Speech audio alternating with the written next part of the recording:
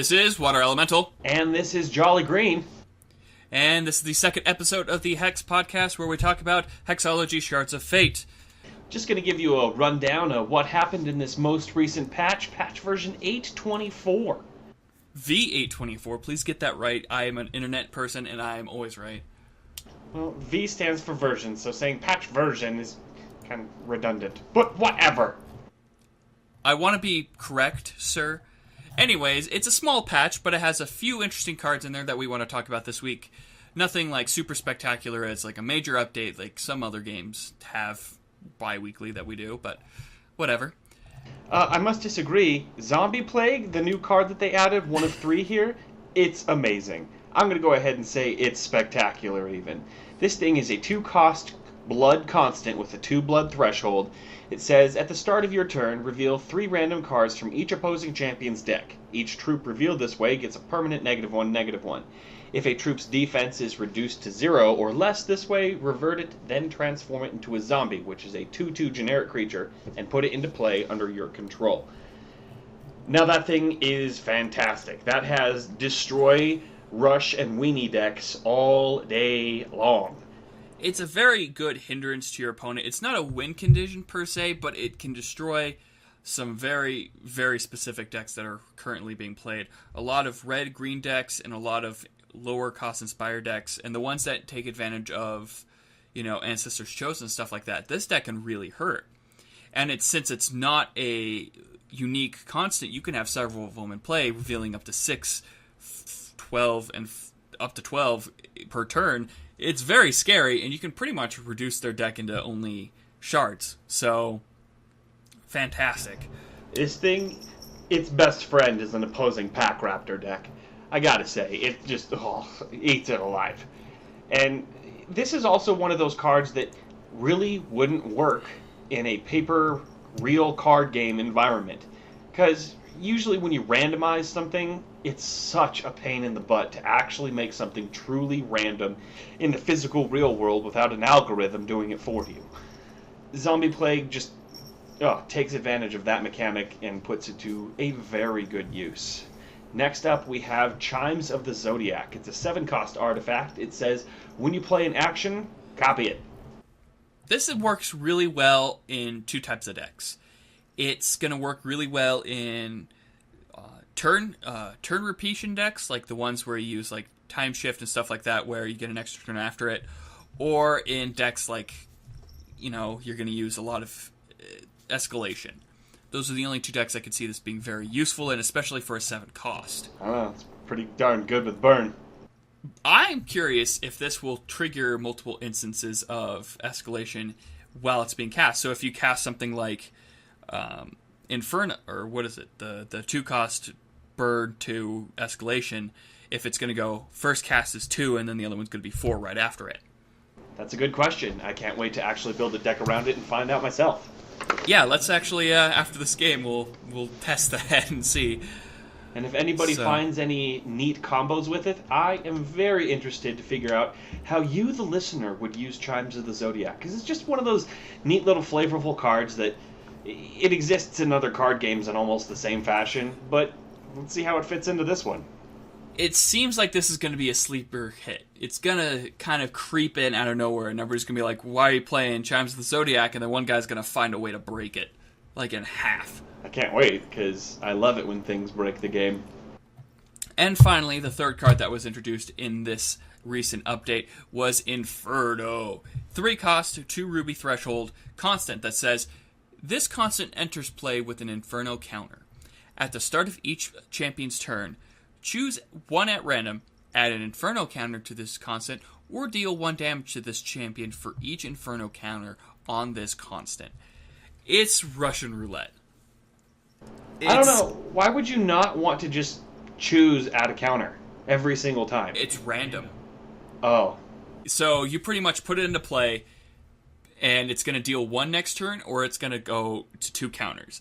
Then it goes to my turn again. It can deal 2, or it gets 3 counters. So it's going to keep going back and forth, until it's going to hit really hard. This card is silly. I don't know how you're going to, build a deck around this or what you're going to use it for, but I think that's like a last resort where you're like, you're at a tournament, you're not doing so well, and you have like 3 of these. You're just like, I'm just going to make this really painful, and it's going to kill me, but I don't care. It's going to hurt, and it's going to be funny. It actually might be pretty decent in a red-white deck that includes life gain.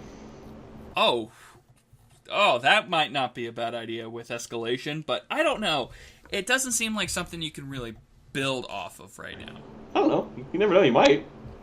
I do like the art on this card. It seems like just normal flames on it, but if you look closely, you have a lot of different like faces built into the fire and a lot of shapes that kind of are building off of it. So I'm kind of, I'm loving the art on this card, even for its simplicity. Yeah, these were all cards that have been previously previewed in the various weekly updates, and I think one of these was even previewed way back in the Kickstarter, but they finally figured out how to get the mechanics right, and they're starting to add really advanced, complex ideas to the game, which makes me think that they're getting their coding down. So, I don't know, every time I see a really complex card get released, closer to beta. One day closer to the beta. Yep. And we're going to be moving on now to some known issues and stuff that is plaguing the game. And this is something we're going to throw in the lesser developed patches, just so people know what to play, what not to play. And the biggest issue I know of right now is the Briarthorn bug right now, where I'm going to put the card up on screen. I can't remember it offhand. We talked about it last week. It's the 2-cost tap to create a Briarthorn, put this card back in your deck. She currently does not do that. She just puts a counter on her and then sits there and plays. Yeah, she doesn't function at all like she should. I built a deck that should run really well and should decimate a lot of Jolly Green's decks. But at the moment, it does nothing, and it hurts because it could be really fun and really creative deck. But it doesn't do anything, and I hope they fix it soon. And that's one card that you gotta have to stay away from until they actually fix it. A couple of other things that they fixed. They made it so that when you type R in chat, you'll actually reply to the last whisper, which is kind of nice. You don't have to actually type /W and then that person's name to continue a conversation with someone privately. The card manager actually will remember the last deck that you used and load it when you enter. Kind of nifty.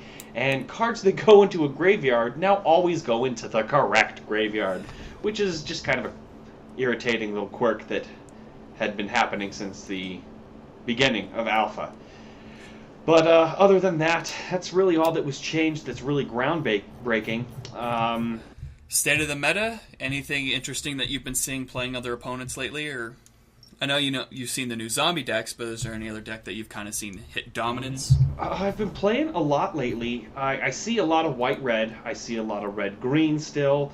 Those are definitely the 2 most popular decks that I have seen. But it's a pretty wide open metagame right now, but it's kind of hard to gauge because a lot of the good cards that you could build a deck around don't function. So, don't really know what's going to happen. I like to see all kinds of crazy decks, and I see them on a regular basis, something completely different than I've ever seen before. So, and that's exactly what you want in a card game. You want to see all kinds of stuff. I don't like having 4 net decks in a tournament, and I don't know, it just makes things really bland. Yeah, I've looked at some sites that you can actually net deck from, and a lot of the decks I see on the site, the ones that are very highly upvoted, are decks that have kind of already ran their course. And cards that, were nerfed, some decks are using combos that, now can be countered very easily, and it's just one of those things where it's good to see that the net decks can't keep up with the gameplay that's happening actually on the beta, or on the alpha, I should say. One thing I also would like to mention is I've seen a lot of abuse with the blue flying mechanic, and there's a lot of decks using the constant every time you draw a card, you can put a counter on it when it becomes 5, you create Lightning Armada, and what Lightning Armada says is all flying creatures, or no, this creature gets +2/+2 for each flying creature in play, and it's just really, really scary because it could just build up from nothing. So those decks are kind of creeping in as out of nowhere, just instant combo you can't stop. So it's kind of fun to see what. Just out of curiosity, what do you think is the most powerful color right now? color right now, it's definitely got to be blue, because it's the one that has the most combo potential in it.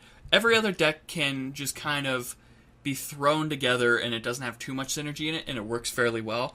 But with blue, it's gone really well with that blue-white draw a card deck that just kind of comes out of nowhere, and you could search for as many cards as you need for win conditions. You have the blue flying mechanic, you have the counter spells, you have the turn combos. So it's the only one that could really combo really well and has that potential to kind of lock your opponent out completely from playing the game. I wish I could disagree with you, but I have to say it's going to be blue, and close second, it's going to be green for me. Green has a lot of very powerful ramp and just huge bombs that if you can ramp fast enough, you can just slap some massive indestructible or nearly indestructible cards down that are extremely difficult to deal with.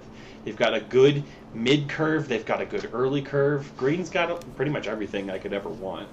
Green's really good, but it doesn't have any potential to kill creatures, and that's the one thing that kind of, it's part of its theme. It's like, it can make things big, but it can't prevent creatures from dying, and it can't prevent creatures from entering play. So that's where it kind of has its hindrance. That's okay. Green's always been one of those colors that kind of just does what it wants to do regardless of what you're doing. It wants to outrace you. And sometimes it works to its advantage. It's never really been a control color, and that's okay. It's got its own flavor, and I like it. And that's really it for this episode. It was kind of a small update, and comparing it to a 40-minute episode last week where we were talking about the last 3 updates that happened, it's going to kind of fluctuate. But that's the nature of a beast like this. You know, we're going to always have updates, and give or take. Some might not be as cool as others, and some of them might have way more cards, and some will only have one. So, what can you do? But other than that, we want to hear from you. We want to hear what's your favorite color, or what do you think is the most powerful combo or deck build right now. I just want to have a good discussion, and possibly we can even get your opinion on next week's show. Yeah, definitely. We love bringing you guys into these shows. It helps, kind of expand a lot of ideas, because only having one-sided opinions, because him and I have almost identical opinions on stuff. Having that second opinion that you guys have about what we think opens our minds to become better players, and helps you guys become better players by talking about gaming. Because if you don't talk about it, you become one-sided, and then things become stale and becomes boring, and it sucks. But other than that, this has been Jolly Green and Water Elemental. Have a great day. Aww.